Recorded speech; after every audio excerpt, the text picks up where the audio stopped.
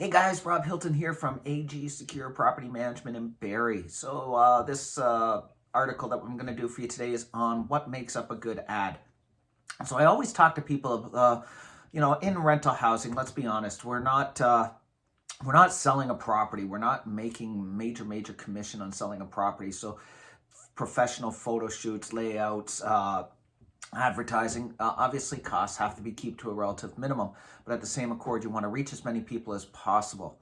I have this argument all the time. What is a good ad? Is a good ad where 100 people respond to it, but only 3 or 4 of them are really quality candidates? Or is a good ad where 5 or 6 people respond to it and you still get 3 quality candidates? My personal opinion, I would prefer to get to 6 to 10 people and have a higher percentage of quality candidates than get out to a large group of people. Now, how do you do that? Well, let's start with how you show your property, how you advertise it.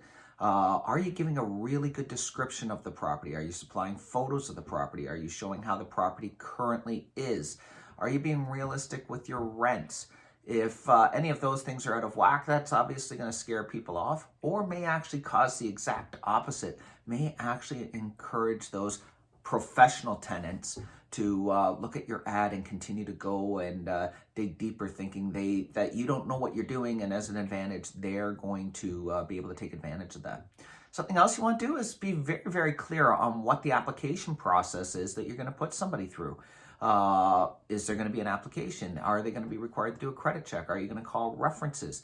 The reason I tell you this is obviously if you're going to call references, you want your tenants to know that so that they can let the references know that they got to get back to you when they do call, that they should expect the call.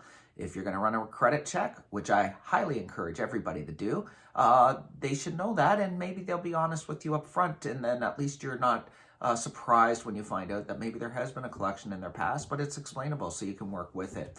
So those are things, I tell people all the time. Let them know what the process is. Let them know the expectation.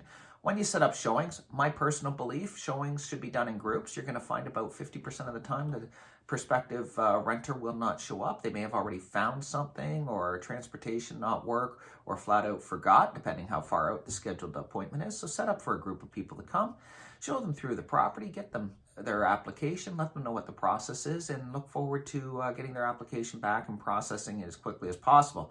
The longer you take, the more time they're out there looking, and as a result may find something else. One other thing I want to talk to tenants about here. When responding to an advertisement on its own and you're calling in, I highly suggest you to consider it at the start of an interview process.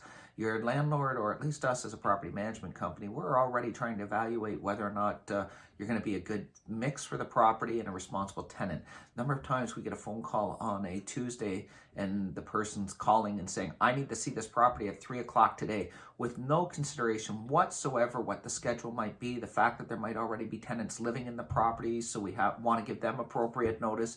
Any of that, the person becomes very pushy, and as a result, that just sort of sets an expectation of what that tenancy experience might be like.